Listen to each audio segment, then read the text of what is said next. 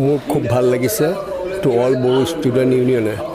খুব এটা ভাল পদক্ষেপ লৈছে ভাল ষ্টেপ লৈছে কি ল'ৰা ছোৱালীক কেৰিয়াৰ কাউন্সিলৰ বিষয়ে কৈছে মই ইয়াত আহিছোঁ আৰু মই শুনামতে বেলেগ বেলেগ ডিষ্ট্ৰিক্টতো একেধৰণৰ প্ৰগ্ৰামটো হৈছে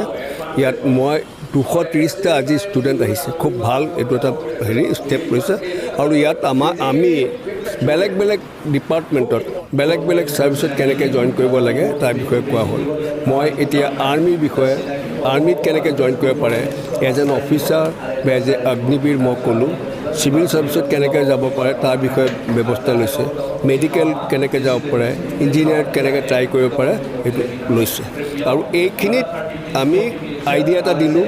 বুজাই দিলোঁ আৰু ল'ৰাবোৰৰ ৰেছপন্সটো দেখি মোৰ ভাল লাগিছে তাৰ ভিতৰত মই ভাবোঁ এটলিষ্ট এজ ফাৰ মোৰ কনচাৰ্ণ হৈছে আৰ্ম ফ'ৰ্চেছত আমাৰ ওদালগুৰি এইখিনিৰ পৰা যাতে ল'ৰা ছোৱালী যায় আৰু মই তেওঁলোকক এইটো কথা কৈছোঁ যেতিয়া এনি টাইম আমি যিখিনি হেল্প কৰিব লাগে মই অকলে আৰু আমি লোকেল আৰ্মি ইউনিটকো আমি ৰিকুৱেষ্ট কৰিম কিবা কাৰোবাৰ যদি শিকা ট্ৰেইনিং দিবৰ কাৰণে কৈছে তেওঁলোকক অনুৰোধ কৰিম আৰু I am sure they will accept it thank you so' much বিশেষ কি ডিপাৰ্টমেণ্টৰ আজি কেৰিয়াৰ কাউন্সিল আচ্ছা আজি কেৰিয়াৰ কাউন্সিল 4টাত হৈছিলে তাৰে মোক দিছিলে দায়িত্ব আৰ্মিৰ বিষয়ে আমি বুজাই দিলোঁ আৰ্মিত এজ এ জোৱান অগ্নিবীৰ হিচাপে জইন কৰিব পাৰে বা অফিচাৰ হিচাপে জইন কৰিব পাৰে সেইটো তেওঁলোকক বুজাই দিলোঁ তাৰ বাদে বহুত কেইজন আমি ষ্টুডেণ্ট পাইছিলোঁ তেওঁলোকে ডক্টৰ হ'ব ইচ্ছা কৰে কোনোবা ইঞ্জিনিয়াৰ হ'ব ইচ্ছা কৰে কিছুমান আছে চিভিল ছাৰ্ভিচ APS ACS তাৰ বিষয়ে সেই গোটেই বিষয়টোৰ যাৰ যাৰ ইণ্টাৰেষ্টেড তেনেকৈ বুজাই দিয়া হ'ল এতিয়া মই এওঁলোকক ৰিকুৱেষ্ট কৰিছোঁ এইটো ফ'ল' আপ কৰিব লাগে আমি এটা প্ৰগ্ৰেম কৰি পেলাই এৰি দিওঁ আজি এটা প্ৰগ্ৰেম হ'ল বুলি এই আপচুক মই এটা অনুৰোধ কৰিছোঁ এইটো ফ'ল' আপ কৰিব লাগে আৰু কেনেকৈ কিবা আমাক যদি হেল্প লাগে আমি আকৌ আহি যাম হেল্প কৰিবলৈ যি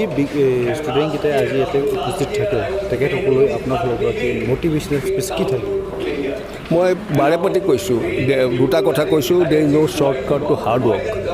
মটিভেট হ'ব লাগিব ফ'কাছ হ'ব লাগিব ডেডিকেশ্যন হ'ব লাগিব আৰু ট্ৰাই কৰিব লাগিব আমাৰ এটা ডাঙৰ প্ৰব্লেম আমি ট্ৰাই নকৰোঁ আমাৰ ফিয়াৰ আছে কি নহ'ব সেইটো মই তেওঁলোকক বুজাই দিছোঁ আজি মই পিছত ৰেছপন্সখিনি দেখিছোঁ তেওঁলোকে নিশ্চয় অনুপ্ৰাণিত হৈছে আৰু they will keep trying thank you दिनै 30 मार्च गाबोन 31 मार्च बड'फा उपेन्द्रनाथ ब्रह्मनि जोनोम सान आरो गाबोन जिहेतु बेखौ फरायसा सान हिसाबै फालिनाय जागोन आरो बेजोंनो लोब्बा लाखिना दिनै 30 मार्चआव BTC गभर्नमेन्टआ BTR गभर्नमेन्टआ दुलाराय बर' फरायसा आफादनि हेफाजाबजों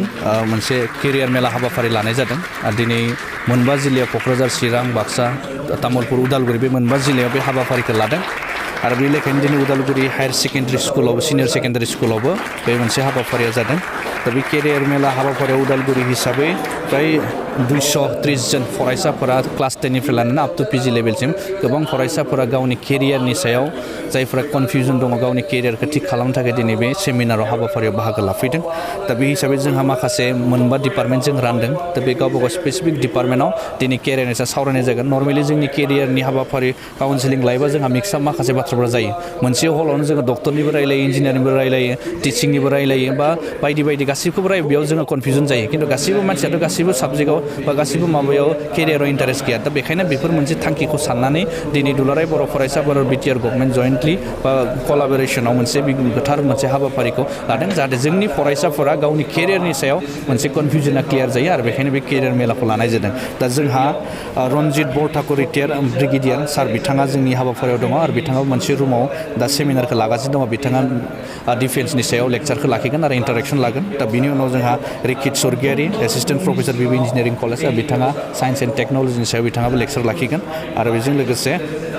जोंहा भारत बसुमतारी दङ एसिस्टेन्ट प्रफेसर CIT नि बिथाङाबो साइन्स एन्ड टेक्न'लजिनि सायाव लेक्चारखौ लाखिगोन आरो बिनि उनाव जोंहा हिउमेनिटिस एन्ड आदार्स डिपार्टमेन्ट दङ बेयावबो लेक्चार लाखिगासिनो आरो बिनि उनाव जिपुल कलिता बिथाङा सिभिल सार्भिसनि सायाव गाइडखौ होगोन आरो बिथाङा अलरेडि सफैनानै गावनि डिपार्टमेन्टआव बा गावनि रुमाव थांनानै फरायसाफोरजों इन्टारेक्सन खालामगासिनो आरो बेबायदि दिनैनि मोनसे हाबाफारिया जोंहा सिडिउल जानानै सोलिगासिनो दायो जोंनि लेक्चार सेसना सोलिगासिनो दङ बेसेबां मिनिंफुल होननानै सानो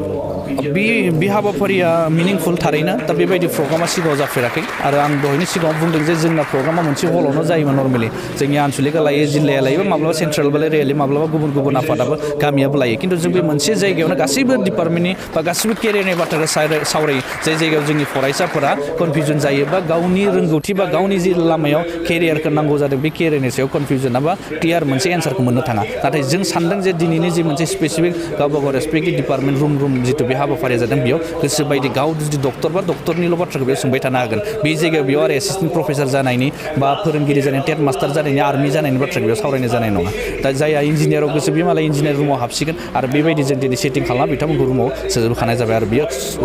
डेफिनेटलि मोनसे साक्सेसफुल जागोन होनना जों सानदों 100%आवबो 70-80%आ साक्सेसफुल जागोन आरो फैबाय थानाय समाव जाहाथे बेफोरबायदि प्रग्रामखौ जों लालांबाय थानो हायो आरो 100% जाहाथे जोंनि गेजेराव बेखौ खालामनो हायो आरो जों डेफिनेटलि फरायसाफोरनि जों दिनै मोखांखौ नायनानै मिथिदों बिसोरो एसेबाबो सेटिसफाइड जादों गुबुन दिननिख्रुइ प्रिभियास डेजनिख्रुइ दिनै बिसोर सेटिसफाइड जादों आरो बिसोर दिनै केरियार मेलानि ओंथिखौ मिथिदों मिनिंखौ मिथिनानै बिसोरो लोब बाहागो लाफैदों जेसेबांखिनि फरायसानि जि जों एसेसमेन्ट खालामदोंमोन बेखिनियानो जोंनि हाबाफारियाव बाहागो लाफैदों आरो बिनि थाखाय आं फरायसाफोरखौ साबायखर बावदों आरो जाय बिथांमोना कअपारेट खालामदों दिनै हायार सेकेन्डारि स्कुलनि प्रिन्सिपालनिफ्राय लानानै जिथु जायगानि एरेन्जमेन्ट खालामो बिथांमोनजों आं साबायखर बावदों गाबोननि हाबाफारियाव बेजों लोगोसे गाबोन जोंहा 31 जिहेतु बड'फानि जोनोम सान आरो फरायसा सान आरो बे हाबाफारिजों लोब्बा लाखिना जों 30आव दिनै बे केरियार मेलाखौ लानाय जादोंमोन जाहाथे जिहेतु फरायसा सान हिसाबै फरायसानि माबोरै मोजां खालामनाय बेखौ मोनसे थांखिखौ दोननानै लानाय जादोंमोन आरो गाबोन जोंहा बांद्राय बेसेबां क्रिटिकेल माखासे प्रग्राम थानाय नङा दिनै जिहेतु लं डे सिडिउल प्रग्राम बेबायदि थानाय नङा गाबोन जिहेतु मोनसे मिनिमाम टाइमनि गेजेराव प्रग्रामा जागोन फुंबिलियाव जोंहा बड'फानि जिथु मुसुखा बिबार बावनाय बे थागोन बिथांखौ रेसपेक्ट होनाय हिसाबै बिनि उनाव जों मोनसे फरायसाफोरजों लोब्बा लाखिना आर्ट कम्पिटिसन कुइज कम्पिटिसन बायदि बायदिफोरखौ लासिनो आरो बिनि उनाव जों माबा मोनसे प्राइज बिथांमोनखौ गोसो सन्तुष्ट होनो थाखाय लानाय जादों आरो बिनि गेजेरजों मोजां मोनसे सावरायनायनि गेजेरजों गाबोननि हाबाफारिया जोंहा फरायसा साना जोबनानै थांगोन गोजोन्थों